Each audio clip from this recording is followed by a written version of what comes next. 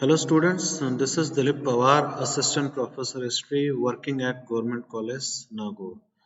तो last class में अपन ने 6th सेंचुरी बीसी यानी छठी शताब्दी ईसा पूर्व के अंतर्गत अर्थव्यवस्था के बारे में अपन बात कर रहे थे और अर्थव्यवस्था में अपन ने जो लास्ट अपन ने पॉइंट जिसके बारे में बात की थी वो था स्क्रिप्ट लिपि। उसके बाद अपन आगे चलते हैं अर्थव्यवस्था के बारे में बात करते हुए गिल्ड।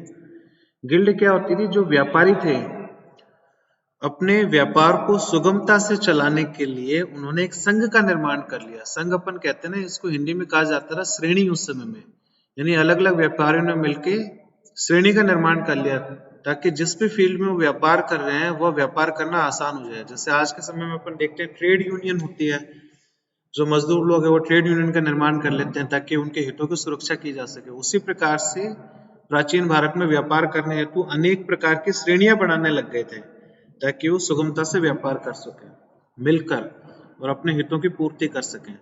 तो 6th सेंचुरी बीसी पहला समय है, यानी महाजनपद का जो युग है, बौद्ध और जैन का जो समय है, छठी शताब्दी ईसा पूर्व, प्रथम बार श्रेणी अस्तित्व में आई थी। इससे पहले श्रेणियां नहीं थी, व्यापारिक श्रेणियां नहीं थी, अब व्यापारिक श्रेणियां अस्तित्व में आ गई थी। अब इनका मुख्यतः क्या कार्य होता है? क्वालिटी चेक, यानी जो भी वो प्रोड्यूस कर रहे हैं, जो भी उत्पादन कर रहे हैं कि क्या वो वस्तु में गुणवत्ता है या नहीं, ये कार्य होता है इनका चेक करने का। तभी तो व्यापार सुगमता से होगा, बिजनेस सुगमता से होगा, प्रोडक्शन सुगमता से होगा। दे यूज टू फिक्स्ड प्राइसेस, यानी उन वस्तुओं का मूल्य का निर्धारण भी करते थे। बहुत महत्वपूर्ण जिम्मेदारी थी इन श्रेणियों के। उत्पादित वस्तुओं के मूल्य का निर्धारण भी वही करते थे।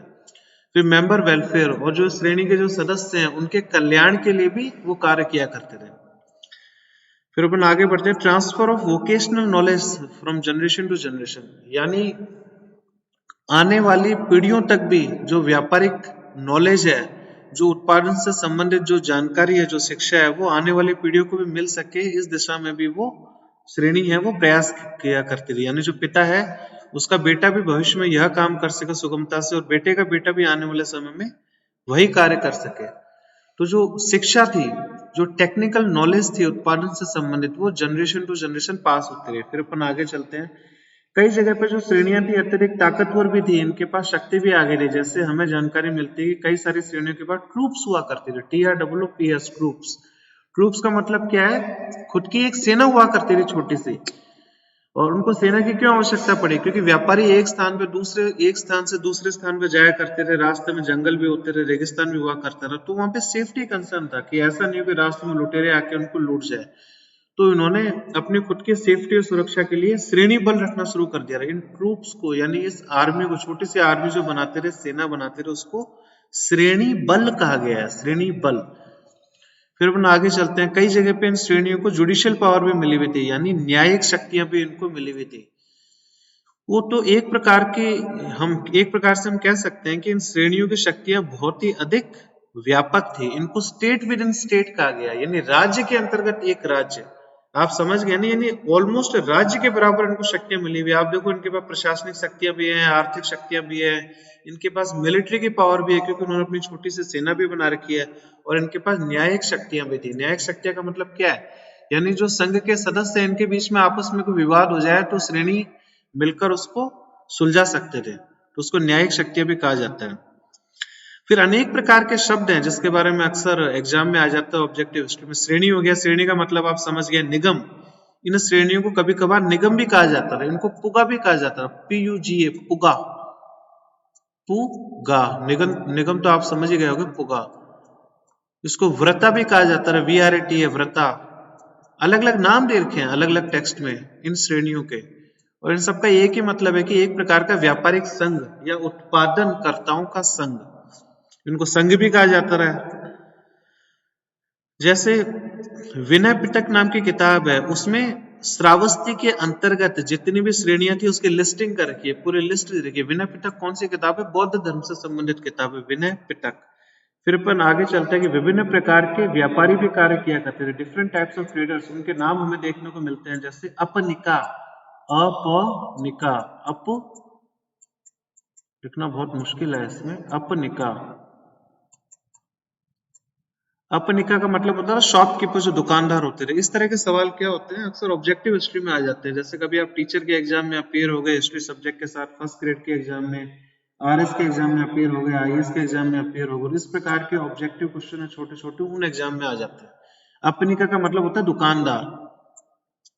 और जो मनी इन्वेस्टर हुआ करता था, मनी इन्वेस्टर का मतलब क्या होता था, एक ऐसा बिजनेसमैन जिसका कार्य होता था पैसों को इन्वेस्ट करना, तो उनको सेठी घयपति कहते थे। इनके पास खूब सारा पैसा हुआ करता रहे, व्यापार में पैसों को इन्वेस्ट किया करते थे। इन्वेस्टर्स थे, निवेशक थे उस समय के, मनी इन्वेस्टर, पैसे के निवेशक। तो इनको सेठी, सेठी SETTI सेठी घयपति कहा जाता रहा, इनको सेठी घयपति कहा जाता रहा। यानी पैसे वाले लोग हुआ करते थे जो व्यापार में भी अपना पैसा लगा दिया करते थे। फिर अपन बात करते हैं अर्थव्यवस्था के अंतर्गत ही महाजनपद के बारे में।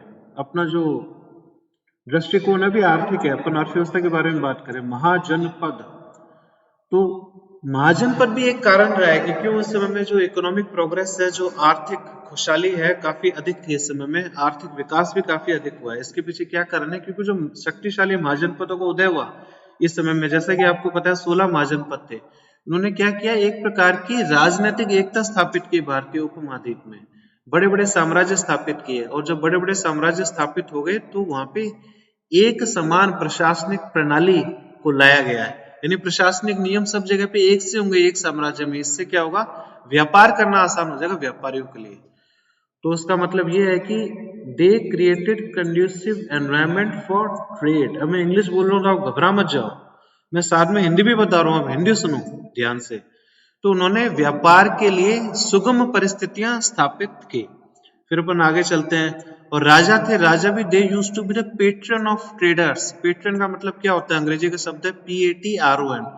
पेट्रन का मतलब ये है कि राजा ने कई सारे व्यापारियों को आश्रय भी दिया, कई सारे व्यापारियों को सहायता भी दी। पेट्रोनाइज का मतलब ये है कि उनको सहायता देना, पैसे से उनकी सहायता करना, उनको आश्रय देना। तो राजा की भी काफी सकारात्मक भूमिका रही है 6th सेंचुरी BC में व्यापार को बढ़ाने के लिए। फिर अपन आगे बात करते हैं, जो महाजनपद के बारे में बात करें। जो महाजनपद की जो कैपिटल्स हुआ करती रही, यानी जो इनकी राजधानियां हुआ करती थी, तो राजधानियां they used to be centre of flourishing town. तो बहुत बड़े शहरों में तब्दील हो गए। अब शहरों में कैसे तब्दील होगी, जो राजधानी है, अगर मथुरा शहर भी है, किसी की राजधानी है, तो कैसे वो बड़े बड़े शहरों में तब्दील होगी, व्यापार के माध्यम से। क्योंकि व्यापार के माध्यम से जरूरत की वस्तुएं बाहर से लाई जा सकती है। जो मथुरा में जो भी उत्पादन हो रहा है उसको बाहर भेजा जा सकता है। व्यापार की बदौलत इस समय में जो शहर है उन्होंने काफी अधिक तरक्की की। और जब व्यापार के माध्यम से तरक्की होने लगे शहरों में, then they attracted art and craft people, यानी कला और शिल्प से संबंधित लोग हैं, वो भी इन शहरों की तरफ अट्रैक्ट हो गए, वो भी इन शहरों में आके बस गए और यहीं पे उत्पादन का कार्य करने लगे, क्योंकि उनको खूब सारी अपॉर्चुनिटी मिली। जैसा कि अपन जानते हैं आज के समय में गांवों से लोग पलायन करते हैं शहरों की तरफ। क्यों करते हैं, क्योंकि अधिक अपॉर्चुनिटी, अधिक आर्थिक जो संभावनाएं हैं नौकरियों की, वो शहरों में अधिक रहती है। उसी प्रकार से जिनको कला का ज्ञान था, जो शिल्प का कार्य करते, वो सारे के सारे शहरों में आके बस गए। उनको राजा ने आश्रय भी दिया, उनको इनाम भी दिया करते रहे राजा, अगर कोई अच्छी वस्तुओं को उत्पादन किया करते रहे। इस प्रकार हम देखते हैं कि महाजनपद के कारण राज्य का एक आर्थिक आधार तैयार हुआ।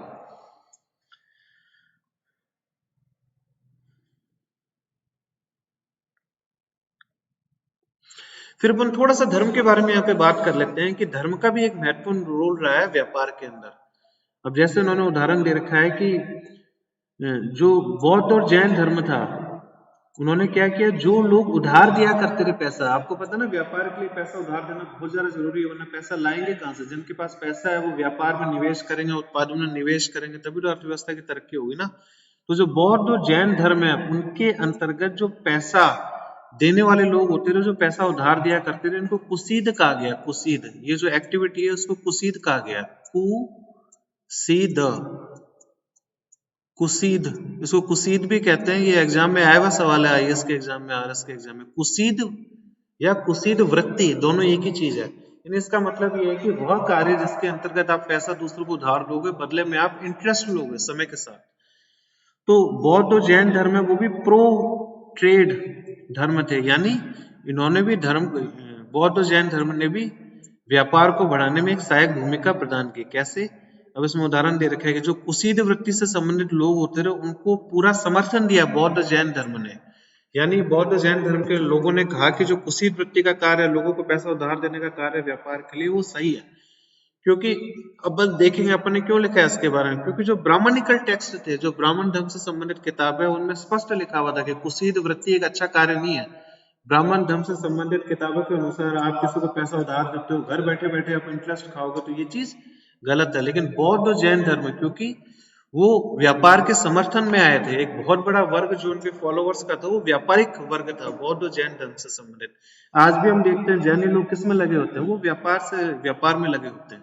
तो it was a pro trade religion, यानी इन्होंने जो कॉमर्स है, जो व्यापार है, उसको अत्यधिक सहायता प्रदान की।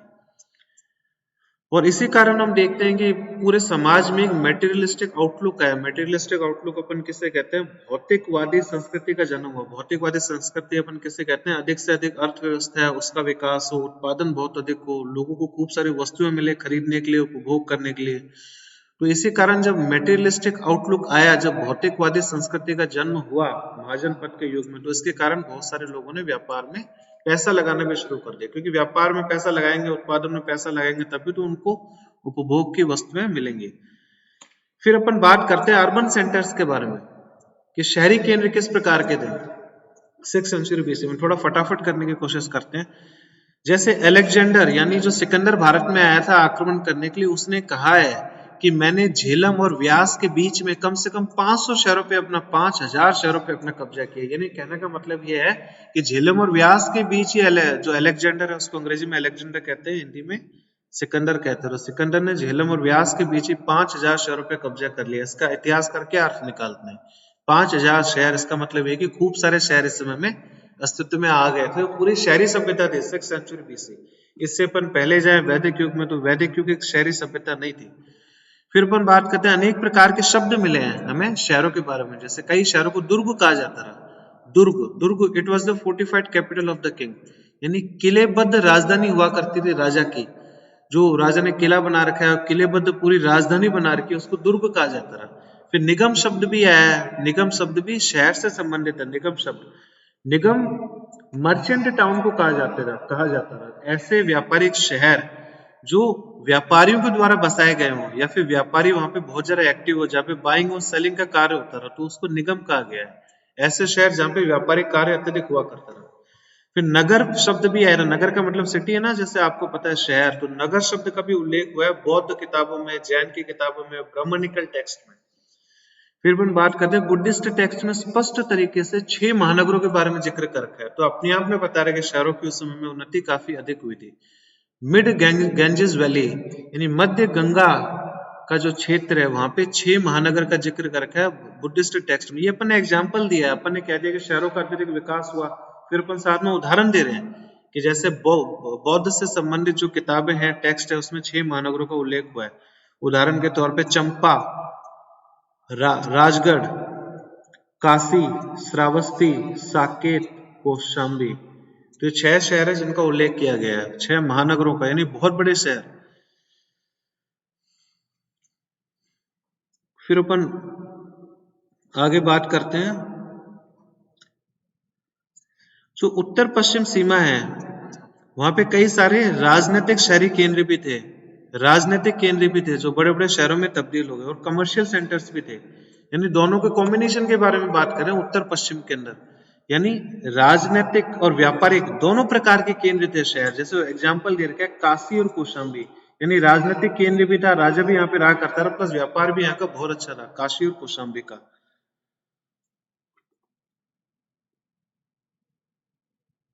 ठीक है, ये वाला ग्रेजुएशन के लिए इतना काम का नहीं है। इसमें कुल मिला के एक बात लिख रखी है जिसके बारे में आपको बताना चाहूंगा, कि इन किताबों में बड़ी बड़ी बातें कर रखी है कि इस समय में बड़े बड़े शहर थे, लेकिन जब अपन खुदाई करने गए, जब आर्कियोलॉजी ने खुदाई की उन क्षेत्रों की, तो इतने बड़े शहर वास्तव में खुदाई के दौरान मिले नहीं है। इसका मतलब क्या है? जो इस समय का लिटरेचर है, साहित्य है, जिसमें बड़े बड़े शहरों का जिक्र कर रखा है, उसको बहुत बाद में लिखा गया है। आप समझ गए? यानी आज के समय की बात कम से कम 500 साल के बाद लिखी, लोगों ने अपने दिमाग में रखी कि किस प्रकार के शहर हुआ करते थे। 500 साल के बाद उसके बारे में लिखा है कि इस प्रकार का शहर है मथुरा। यानी बात पुरानी कर रहे हैं लेकिन लिख 500 साल के बाद 500 साल के बाद लिख रहे हैं। तो इसका मतलब क्या है, जो स्टैंडर्ड है, जो शहरों का जो स्टैंडर्ड है, जो मानक है, वो 500 साल के बाद जो मानक आया था उसके आधार पे उन्होंने पुराने समय के शहरों के बारे में बात कर दी। इसका इतिहासकार यही अर्थ निकालते हैं। तभी हम देखते हैं खुदाई में इतने बड़े शहर नहीं मिले जितने की साहित्यिक स्रोत में बात कर रखी है। तो इसका मतलब सीधा सा यही है कि 500 साल के बाद शहरों के बारे में लिखा और उस समय के शहरों को मानक मानते हुए, स्टैंडर्ड मानते हुए पुराने शहरों के बारे में भी लिख दिया। अब अपन थोड़ा सा व्यापारिक मार्ग के बारे में बात कर लेते हैं, हालांकि इतना जरूरी नहीं है ग्रेजुएशन के हिसाब से। तो उस समय में लॉन्ग डिस्टेंस, लंबी दूरी के रास्ते भी बनाए गए, कोस्टल वाइज भी की जाती रही, यानी समुद्र के माध्यम से भी व्यापार किया जाता रहा। जैसे अंगुत्तर, अपन उदाहरण दे रहे हैं कि समुद्र के माध्यम से व्यापार किया जाता रहा। अब हमने उदाहरण दिया कैसे किया जाता था। अंगुत्तर निकाय बौद्ध धर्म से संबंधित एक किताब है। अंगुत्तर निकाय में लिखा गया है, bird to sight land by sea merchant, यानी जो व्यापार करते हैं समुद्र के माध्यम से नावों के अंदर, शिप के अंदर, अगर उनको कोई पर्टिकुलर पक्षी दिख जाता है तो इसका मतलब यह है कि जो किनारा है समुद्र का आने वाला है। तो यानी इसका मतलब यह है कि उस समय में व्यापार हो रहा था।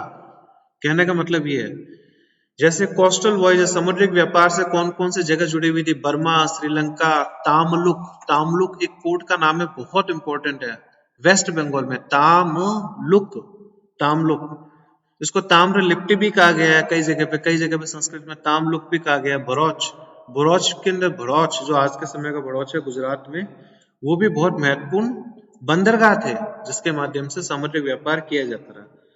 Gujarat was linked with Assyrian empire which replaced Mesopotamia empire, यानी पहले मेसोपोटामिया की सभ्यता रहा करती थी, फिर मेसोपोटामिया की सभ्यता खत्म होगी। इराक में बात कर रहे हैं, भारत ने इराक में मेसोपोटामिया की सभ्यता खत्म हुई, उसके बाद जो दूसरी सभ्यता आई उसका नाम था असीरियन, असीरियन एम्पायर, असीरियन साम्राज्य, असीरिया का साम्राज्य।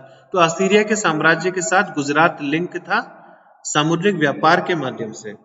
फिर भी इनलैंड व्यापार के बारे में बात करते हैं। इनलैंड मतलब क्या है, जो स्थल मार्ग के द्वारा जो व्यापार किया जाता रहा।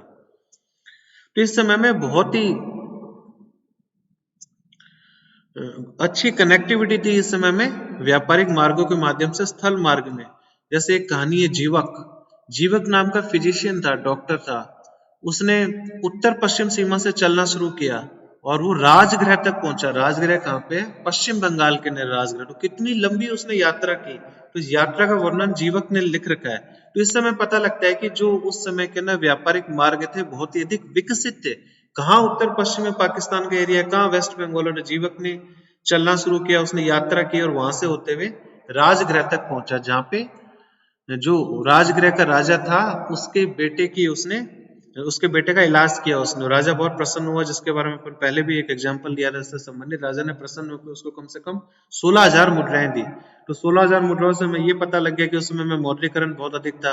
और जीवक की जो जर्नी है, यात्रा है, उससे हमें ये पता लगा कि कितने अधिक विकसित व्यापारिक मार्ग भारतीय उपमहाद्वीप में उस समय में थे। और इसके अलावा नदी के माध्यम से भी व्यापार किया जाता रहा। जैसे काशी है, जो काशी शहर है वो कहाँ बसा हुआ है? It was on the Confluence of Ganga and Gomti, यानी गंगा और गोमती नदी के संगम पे बसा हुआ था काशी उस समय में। तो इस समय पता लगता है काशी के व्यापारिक महत्व का, नदी के माध्यम से व्यापार होता रहा काशी में।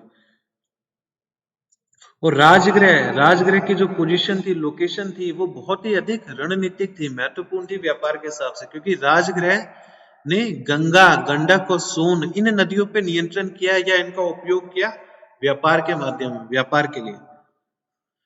और फिर अपन लैंडमार्क की बात करें तो श्रावस्ती, श्रावस्ती जगह है जो उत्तर प्रदेश में, श्रावस्ती से लेके प्रतिष्ठान, प्रतिष्ठान जगह है वो दक्कन के क्षेत्र में है, महाराष्ट्र की साइड में। श्रावस्ती से लेके प्रतिष्ठान, आप मैप देखोगे तो आपको क्लियरली पता लग जाएगा इन सेंटर्स के बारे में। हमें सड़क मार्ग मिला, स्थल मार्ग मिला श्रावस्ती से लेके प्रतिष्ठान तक। फिर श्रावस्ती से लेके राजगृह, राजगृह वेस्ट बंगाल में था। फिर तक्षशिला जो उत्तर पश्चिम में था, तक्षशिला से लेके श्रावस्ती तक एक हमें रूट मिला है। फिर काशी से लेके वेस्टर्न पोर्ट, पश्चिमी बंदरगाहों तक हमें स्थल मार्ग मिला है। काशी से लेके वेस्टर्न पोर्ट, पश्चिमी बंदरगाह कौन सा? भड़ौत, जिसके बारे में अपन ने उदाहरण दिया था, गुजरात के साइड में। और उत्तर पथ का जिक्र है, उत्तर पथ, उत्तर पथ चंपा से लेके तक्षशिला तक था उत्तर पथ। और अंततः ताम्रलिप्ति तक जाया करता था। ताम्रलिप्ति जिसके बारे में अपन ने बात किया, वेस्ट बंगाल में एक पोर्ट था। फिर दक्षिण पथ के बारे में भी जानकारी मिली है। दक्षिण पथ जो मथुरा से लेके केंद्रीय भारत के उज्जैन तक था, दक्षिण पथ।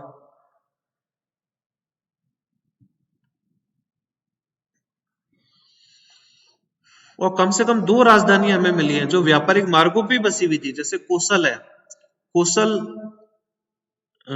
अयोध्या और श्रावस्ती को जोड़ने वाले मार्ग के बीच में था कोसल। फिर इसके बाद अपन मगध के बारे में बात करते हैं। मगध में राजगृह से लेके पाटलिपुत्र तक बहुत ही अच्छा एक सड़क मार्ग, स्थल मार्ग बना हुआ था। तो इसी के साथ ही अपन यहाँ पे डिस्कशन समाप्त करते हैं। अपन इसी डिस्कशन को आगे कंटिन्यू रखेंगे। मुझसे जुड़ने के लिए आप लोगों का बहुत बहुत धन्यवाद।